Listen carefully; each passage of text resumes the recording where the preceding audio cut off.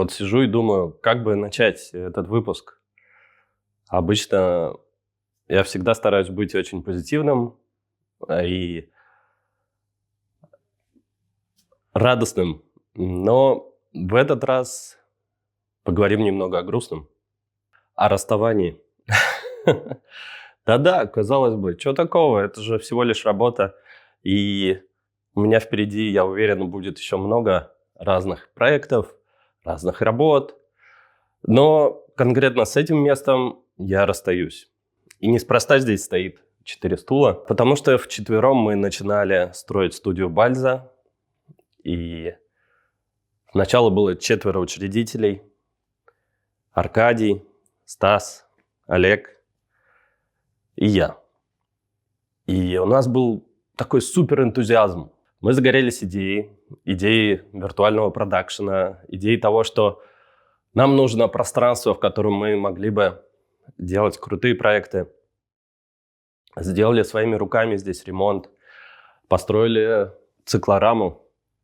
Сейчас она закрыта черным фоном, потому что траур. Ладно, шучу. Не траур. И действительно сначала нас все, можно сказать, поперло. И было много очень интересных проектов, много идей. Единственное, чего не было, это денег.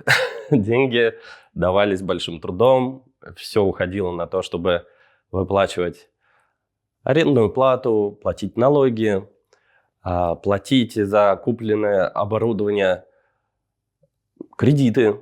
Через какое-то время мы остались с Олегом вдвоем, и был довольно трудный выбор: пытаться продолжать или уже остановиться и искать что-то новое. Но в тот момент мы решили, что надо пробовать. Тем более, что впереди у нас был большой проект, на который были огромные надежды. И этот проект состоялся. Для этого проекта я специально ездил в Европу и купил систему трекинга Vive Mars, для того, чтобы у нас все работало как часы, чтобы мы могли тут отслеживать положение камеры в пространстве, чтобы в реальном времени передавать в компьютер, чтобы тут же получать 3D-изображение, и чтобы оператор мог ходить с виртуальной камерой и записывать это все. Ну, да, вы поняли. Аватар в миниатюре. И, как я уже сказал, этот проект состоялся. Я познакомился с мега-талантливыми людьми. В первую очередь это режиссер и суперпродюсер Тимур Бекмамбетов, который известен во всем мире. Он был в нашей студии, мы с ним работали бок о бок. И еще больше мы работали с кинооператором Яшей. Яша, привет, если ты смотришь это видео. Передаю тебе огромный привет. И потом случилось 7 октября. Проект быстренько свернулся.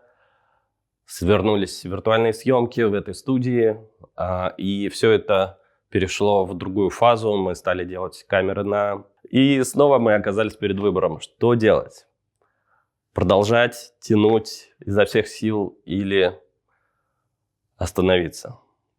И во второй раз мы выбрали путь борьбы непростой, потому что вести бизнес в Израиле – это непросто. И те люди, которые ведут бизнес, они большие молодцы. И то, что они не сдаются, и несмотря на сложности и какие-то неудачи, даже в спокойное время, когда нет войны, нет ковида, и, казалось бы, да, все, должен бизнес расти, развиваться, должны идти потоки денег. Но даже в такие времена бизнесу в Израиле трудно.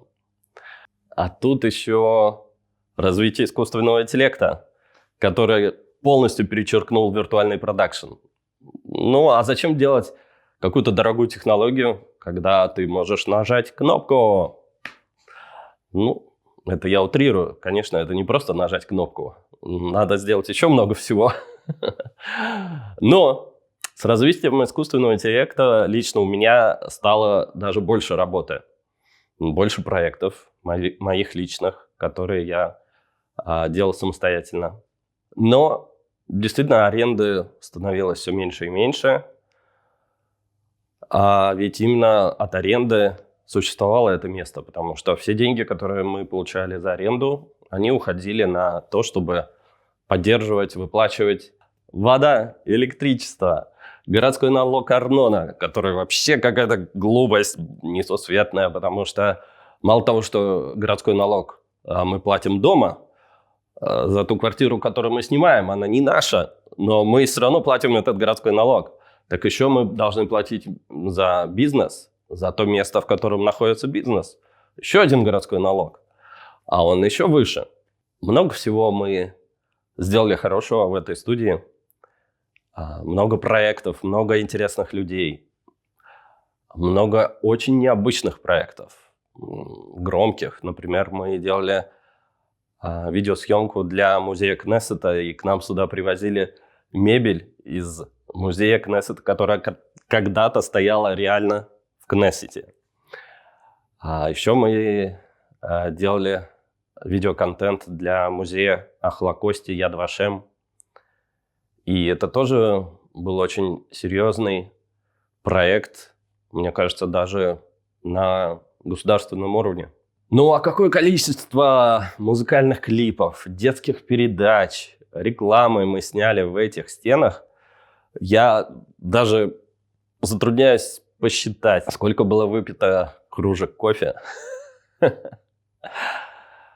Но я благодарен за все, что было в этих стенах. Я благодарен особенно людям, особенно тем людям, с которыми мы бок о бок все это начинали, и которые верили и надеялись, точно так же, как я, до последнего надеялись, что это место будет прибыльным, что оно будет успешным, что нам не нужно будет столько вкалывать, чтобы это место существовало.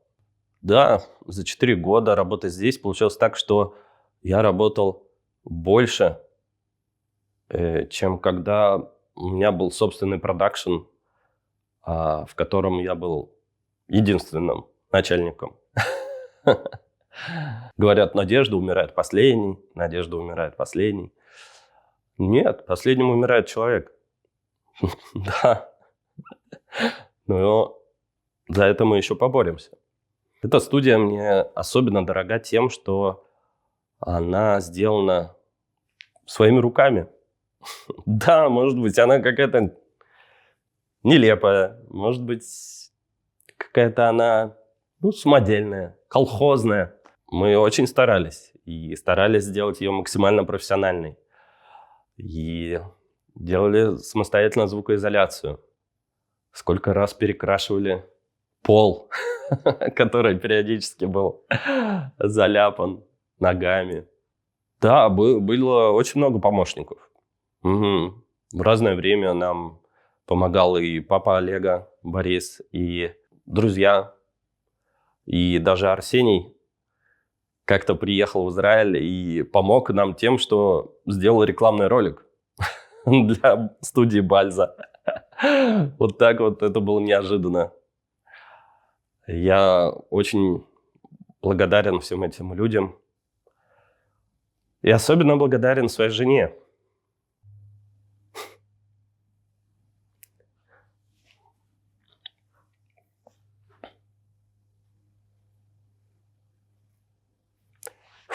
Простите. Особенно благодарен своей жене, Кате, за то, что Катя всегда верила в меня и верит до сих пор. Когда я говорил, что мне нужно привезти из Москвы еще один компьютер, Катя мне помогала, находила людей, которые могли это сделать.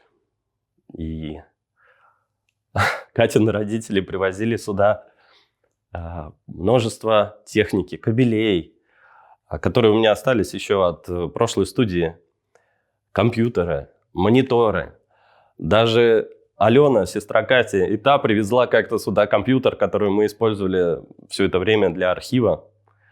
И удивительно, но вся эта техника пригодилась. Вся, буквально даже какой-то маленький несчастный свитчер, который тоже стоял все эти годы и поддерживал тут сеть.